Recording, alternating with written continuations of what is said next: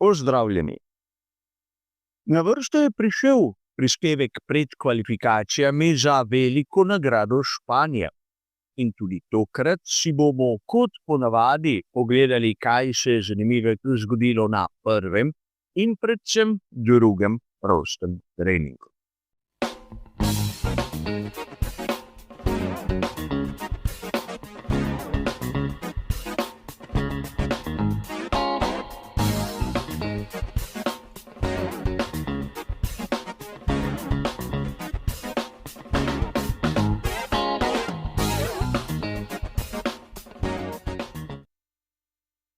Kot običajno bo tudi tokratni prispevek razdeljen na dva dela.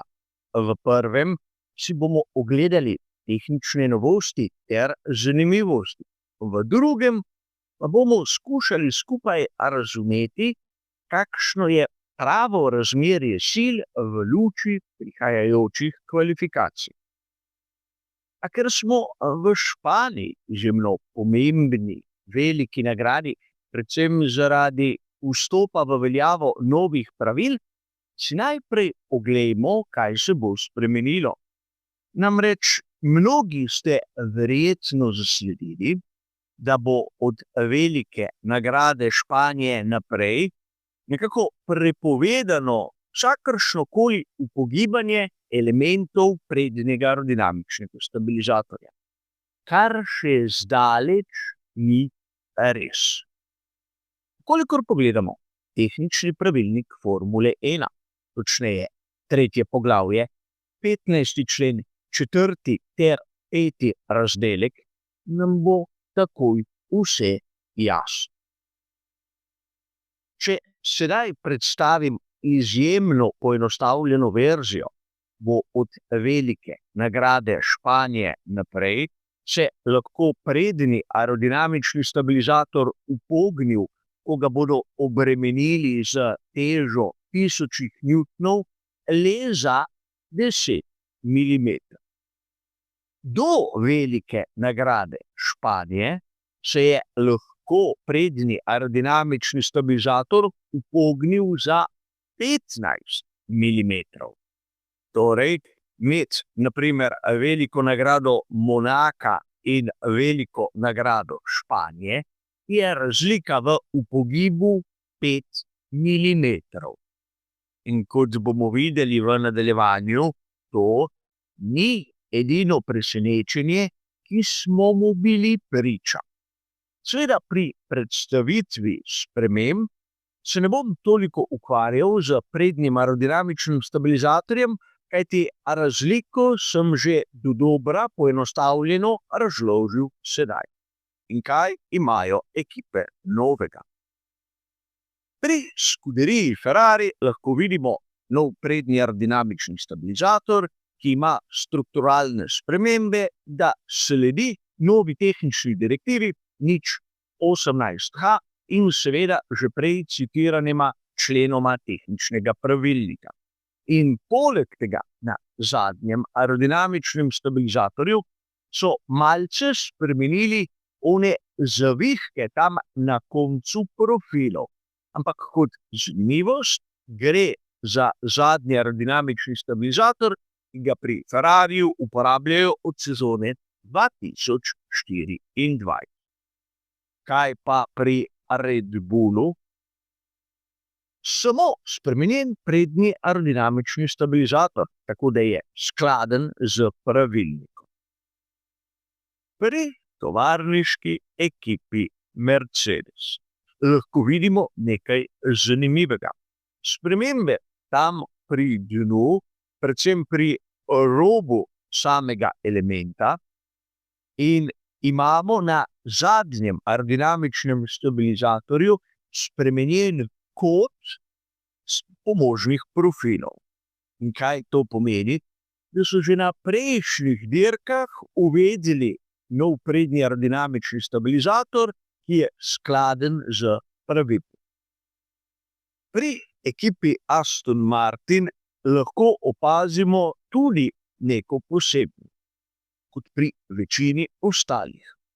Novi elementi prednjega aerodinamičnega stabilizatorja, ampak v dvojni vlogi. Namreč imamo tiste ojačitve, ki nekako preprečujejo preveliko upogibanje, ampak imamo tudi spremembe v obliki. Kar seveda pravi, da pri Aston Martinu se trudijo popraviti letošnji projekt. Pri ekipi Alpine imamo nov rob dna in celotna oblika tega elementa je tudi rahlo spremenjena, ampak nobenih sprememb na prednjem aerodinamičnem stabilizatorju. To so storili že prej. Kaj pa pri ekipi Haas? No ja, tu vidimo, da so se morali prilagoditi novim načinom merjenja, ki so stopili v veljavo prav tu na veliki nagradi Španije. Pri ekipi Racing Bulls imamo nov glavni profil prednjega aerodinamičnega stabilizatorja, ki je malce bolj trden, in imamo tudi spremembe tam na samih končnih ploščah. Imamo seveda spremenjen tudi nosni konus ter konico v samem kotu, kar nekako pomaga pri aerodinamičnem ustroju celotnega bolida. Ampak gre za manjše spremembe. Zanimivo je tisto, kar smo lahko videli pri ekipi Williams. Imamo seveda nov prednji aerodinamični stabilizator, skladno z spremembami pravil. Imamo na zadnjih zavornih košarah spremenjene izhodne reže. Kot da pri Williamsu skušajo slediti trendu, ki ga nakazuje McLaren. In imamo na samem pokrovu pogonskega sklopa nov pokrov z škrgami. Torej, F47 je lahko bolid, ki ima zaustavljen razvoj, ampak tu v Španiji smo videli morda najbolj zanimive spremembe med vsemi nastopajočimi, vsaj do tega trenutka. Namreč pri ekipi Sauber lahko vidimo tudi spremembe na prednjem aerodinamičnem stabilizatorju, le da so te izključno aerodinamične narave in nimajo nobenega učinka na togost. Imamo nov pokrov bočnih struktur in mnogo manjših sprememb na dnu. Sedaj, če ste bili izjemno pozorni, ste morda opazili, da ene ekipe sploh še nisem omenil, in to one vodilne. Pri McLarenu na veliki nagradi Španije niso pripeljali prav nobene spremembe, ki bi jo morali prijaviti. Torej, nov prednji aerodinamični stabilizator je bil tudi tu preizkušen na veliki nagradi Monaka in veliki nagradi Emilia Romagna. Toliko o tem, kakšen pretres lahko pričakujemo, seveda na prihajajočih kvalifikacijah. Ampak, da bi razumeli malce bolj razmerje sil, si moramo ogledati vse tisto, kar se je zgodilo na prvem in predvsem drugem prostem treningu. Kot običajno bom tudi tokrat ponovil, da rezultati prvega prostega treninga so redko kdaj merodajni. Še posebej na takšnih velikih nagradah, kjer vidimo tako ogromno količino posodobitev pri raznih ekipah. Namreč verjamem, da mnogi navijači Scuderie Ferrari so bili izjemno zadovoljni, ko so videli, da ima Scuderia iz Maranella recimo temu podoben ritem, kot smo ga videli na veliki nagradi Monaka. Težava je nekje drugje. Najboljši čas prvega prostega treninga je bil vsaj sekundo počasnejši tistega, ki smo ga videli na drugem. In drugi prosti trening je običajno v tistem delu dneva, ko se bodo odvijale tudi kvalifikacije. Zato so simulacije hitrega kroga toliko bolj pomembne. In videli smo, da se je zopet vzpostavilo tisto ravnotežje, ki smo ga bili vajeni. Z McLarenom spredaj, kar naenkrat se je pojavil Mercedes, vsaj z Russellom, in v ozadju zmeraj pripravljen presenetiti Red Bull Maxa Verstappena. Zanimivo je, da Lando Norris in Max Verstappen sta dosegla identični čas, ampak zgodi se tudi kaj takega.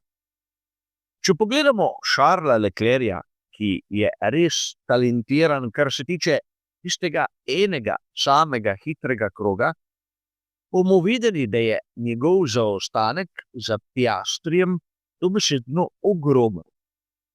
In konec koncev Leclerc je na nivoju Andreje Kimi Antonelli. In po mojem osebnem videnju, ko sem spremljal dogajanje na progi, se mi je zdel Ferrari SE pomišljaj 25 težak, neokreten, kot da bi se z njim mučili peljati vse tiste ovinke, ki so ekipam dobro znane. In kaj lahko sedaj pričakujemo od kvalifikacij? Slika, kljub uveljavitvi nove tehnične direktive, se v bistvu ni spremenila. Imamo McLaren, imamo Maxa Verstappena v Red Bullu in imamo tovarniško ekipo Mercedes. Nato na 4. mestu bi lahko pričakovali Ferrari, če jim bodo to dovolili, na primer, kakšni outsiderji, kot so zmeraj bili pri ekipi Williams. Lahko se zgodi tudi kaj takega.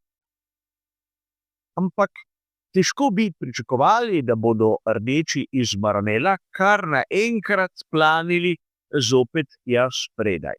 Tisto, kar smo videli na prvem prostem treningu, je bila bolj utvara.